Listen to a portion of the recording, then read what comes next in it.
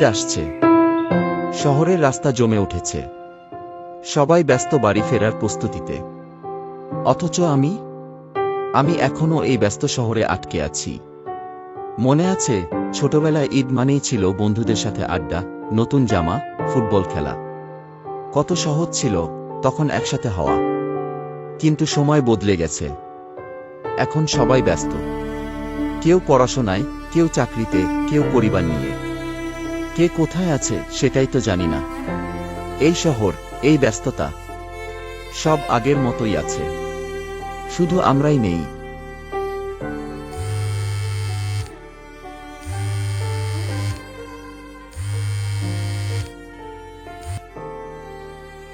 বন্ধু, ঈদের পরের দিন একটা পুণ্যমিলনী করতে যাচ্ছি। সবাই দেখা করবো, আসবি তো?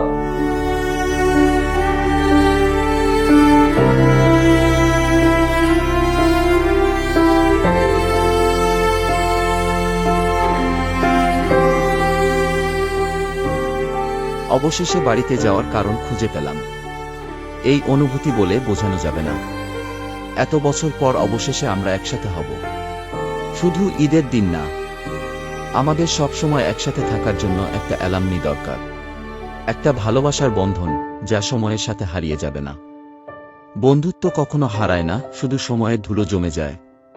একটা পুনর্মিলনী সেই ধুলো ঝেড়ে নতুন করে পথ দেখানোর জন্যই। আজ নয়, কাল নয়, আমাদের একসঙ্গে থাকার গল্পটা চলবে সব ঈদ, সব মুহূর্ত জুড়ে।